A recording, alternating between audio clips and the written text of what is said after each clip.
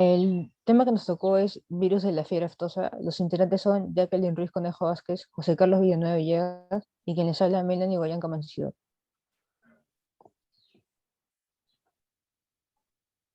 El virus de la fiebre aftosa pertenece a la familia Picornaviridae, género Aptovirus. Ataca principalmente a especies de pezuñas hendidas como bovinos, caprinos, ovinos y porcinos.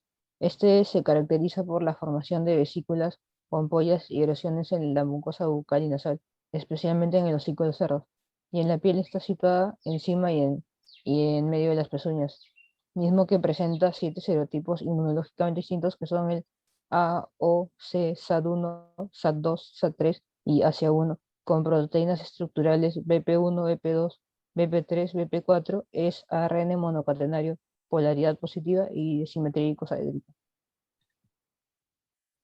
Respecto a los factores de virulencia, se sabe que la partícula viral constituida por 4 proteínas, como dijo mi compañera, estructurales, que son la BP1, la más virulenta, la BP2, BP3 y la BP4, albergan en su interior una molécula de ARN simple cadena de 4.200 nucleótidos. Durante la infección, un único marco de lectura sobre el ARN viral es traducido directamente por la maquinaria celular en una poliproteína o es amplificado para generar ARN viral.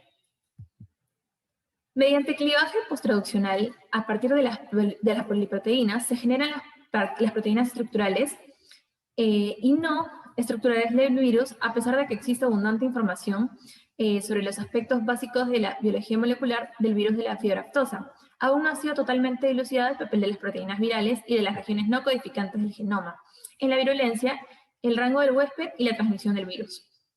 En teoría, cualquiera de estos elementos o parte de ellos puede ser considerado un potencial factor de virulencia, ya que alteraciones en alguno de estos genes pueden traducirse en la disminución de incapacidad de replicación viral en el huésped. Voy a hablar sobre los métodos de diagnóstico. Antes de empezar con los métodos, debemos tener en cuenta que antes de recolectar o enviar muestras de animales con sospecha de alguna enfermedad vesicular, se debe contactar a las autoridades correspondientes. En este caso, en Perú, sería SENASA. Y las muestras solo deben enviarse bajo condiciones seguras y a laboratorios totalmente autorizados para así evitar la propagación de la enfermedad. Debido a que las enfermedades vesiculares no pueden distinguirse clínicamente y algunas son zoonóticas. Las muestras deben tomarse y manipularse con todas las precauciones correspondientes. Bueno, en lo clínico, los síntomas de la fiebre aftosa van a variar con la especie. Pero operaciones en la cavidad bucal o en las patas, pezones o en otras regiones van a ser indicativos de la enfermedad. Manifestación de la enfermedad se va a sospechar por la presencia de salivación y cojera de forma simultánea. En particular, cuando se percibe una lesión o se sospecha de su existencia. La salivación abundante es poco común en cerdos u ovejas, donde es más típica la cojera. Los animales febriles o sospechosos deben ser examinados exhaustivamente para así detectar las lesiones y cuando se observa la muerte súbita en el ganado joven por último vamos a tener que en lo diferencial la fiebre aftosa no se puede distinguir clínicamente de otras enfermedades vesiculares, como otitis vesicular, enfermedad vesicular porcina y exantema vesicular. En animales domésticos los síntomas pueden parecerse a dermatitis, estomatitis traumática y quemaduras químicas y térmicas. En los bovinos las lesiones orales se van a parecer a la peste bovina, la rinotraqueitis, la infecciosa bovina, diarrea viral bovina. En ovinos, las lesiones pueden confundirse con la lengua azul, ectima contagioso y ulceración en patas y labios. En el laboratorio vamos a tener en este caso el aislamiento del virus, la detección de antígenos virales o ácidos nucleicos y la serología. En el aislamiento del virus tenemos que el virus de la fiebre aftosa puede aislarse en células primarias tiroideas de bovino o de células primarias renales de cerdo, ternera o cordero. Las células BHK tipo 21 o IBRS tipo 2 también se pueden usar, pero las líneas celulares son menos sensibles que las células primarias. En los cultivos celulares, el virus de la fiebre aftosa es identificado utilizando pruebas lisas conjugación de complemento RT-PCR. En este caso, las ELISAs también pueden identificar antígenos virales directamente en los tejidos. La prueba de fijación del complemento es menos específica y sensible, ya que el serotipo del virus puede determinar ya sea con ELISA o RT-PCR. Por último, vamos a tener a las pruebas serológicas que pueden utilizarse para el diagnóstico, así como para la certificación de animales para la exportación. Los anticuerpos contra proteínas estructurales, en este caso del virus de la fiebre aftosa, se van a utilizar para diagnosticar infecciones previas o actuales en animales no vacunados. Estas pruebas también incluyen las pruebas ELISAs y la neutralización del virus, y son serotipo de tipo específica. Las pruebas serológicas van a detectar anticuerpos contra las proteínas no estructurales. Se puede diagnosticar infecciones precedentes o actuales en animales inclusive vacunados. Algunos animales vacunados que no son infectados persistentemente pueden o no ser detectados por las pruebas de proteínas no estructurales. Bueno, respecto a la patogenia, se sabe que el virus de la fiebre aftosa va a penetrar en el animal generalmente por vía aérea mediante la formación de aerosoles. Pocas partículas virales son normalmente necesarias para iniciar la infección en la mayoría de las especies, excepto en el sábado. La especie porcina es más resistente a la infección que la bovina o la ovina por vía respiratoria, siendo, sin embargo, mucho más sensible por vía oral el virus de la fiebre aftosa, que presenta un tropismo por las células epiteliales en las que se replica rápidamente en la misma puerta de entrada, que vendrían a ser las mucosas del tracto superior respiratorio, la mucosa bucal o pliegues de la piel, como por ejemplo en el interdígito, dando lugar a las vesículas denominadas aftas primarias, que generalmente suelen pasar inadvertidas. Tras esta primera replicación, el virus pasa a sangre, produciéndose una viremia, que se caracteriza principalmente por la temperatura elevada y el malestar general en el animal. En esta fase del virus de la fiebre aftosa, este producirá una segunda replicación en las células reticuloendoteliales, en el parénquima de los órganos diana también, que son el hígado, el vaso, la médula ósea y el músculo estriado.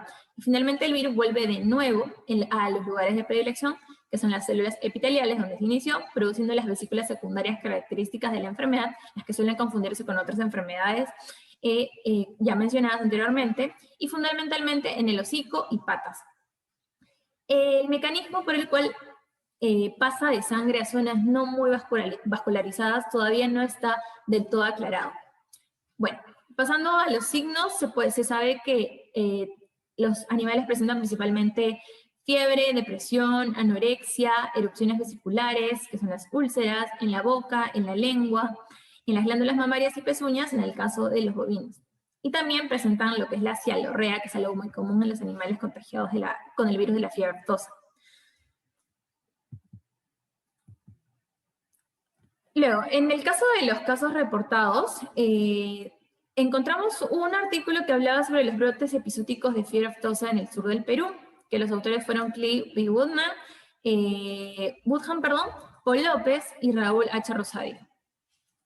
En este artículo se habla de que la fiebre aftosa es una virosis muy importante en la ganadería peruana, y estos autores abordan las ondas episódicas presentadas en el Perú y hacen un análisis de las condicionantes e implicancias y plantean recomendaciones para la reorientación del programa de control y erradicación que viene ejecutándose en el país.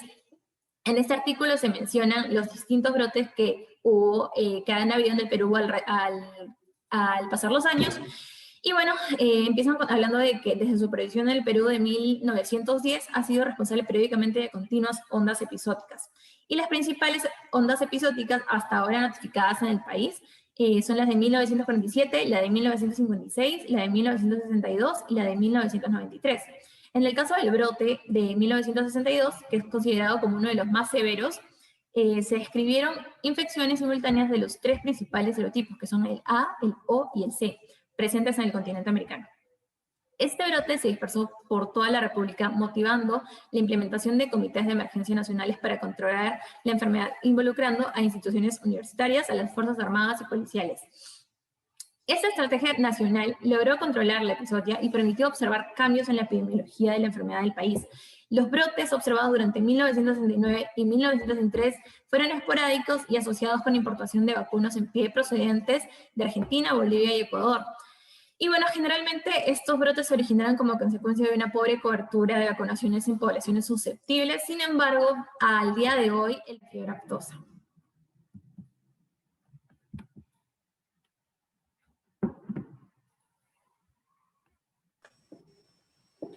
Perfecto.